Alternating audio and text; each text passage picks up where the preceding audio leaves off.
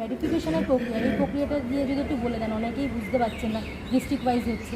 ভেরিফিকেশনের কিছু বিষয় নেই, মানে যারা লক্ষ্মীর ভাণ্ডার পাচ্ছিলেন তাদের নামটাই ট্রান্সফার হয়ে যাবে অন্নপূর্ণা ভাণ্ডারে। আপনারা 1000 টাকা বা 1200 টাকা পাচ্ছিলেন বা 1500 টাকা লিস্ট এক মাস আগে পেয়েছেন, আমাদের সরকারে আপনারা 3000 টাকা পাবেন। যারা যারা সিএর জন্য অ্যাপ্লাই করেছেন তারা পাবেন, কারণ আপনাদের অ্যাপ্লিকেশনের রাস্তায় রয়েছেন, প্রসেসে। যারা ট্রাইব্যুনালে অ্যাপ্লাই করেছেন তারাও পাবেন, কিন্তু যাদের নামটা কাটা গেছে সেটারও ভেরিফিকেশন হচ্ছে, তারা কিন্তু পাবেন না। বাকি যারা পেয়ে এসছেন তাদেরকে আবার করে আমি শুনছি কেউ কেউ যাচ্ছে ফর্ম ফিল আপ করছে, আইসিডিএস কেউ কেউ যাচ্ছে ফর্ম ফিল আপ করছে, বা ডিএম অফিসে গিয়ে নাকি ফর্ম ফিল আপ করছে। এরকম ফর্ম ফিল আপের কিন্তু কোনো বিষয় নেই।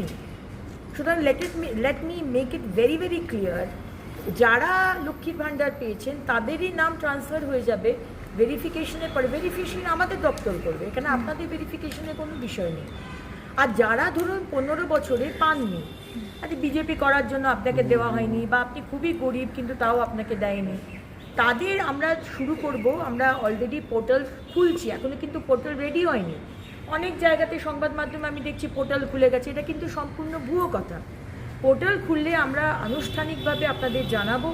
যারা যারা পাচ্ছেন না সেই পোর্টালে অ্যাপ্লাই করবেন, যারা পাননি 15 বছর ধরে, এবং তাদেরটা আমরা 2-3 মাস বাদে বাজেট হওয়ার পরে আমরা সেটা দেবো। জয়নগর আপডেট, সত্যের পাশে, খবরের আগে।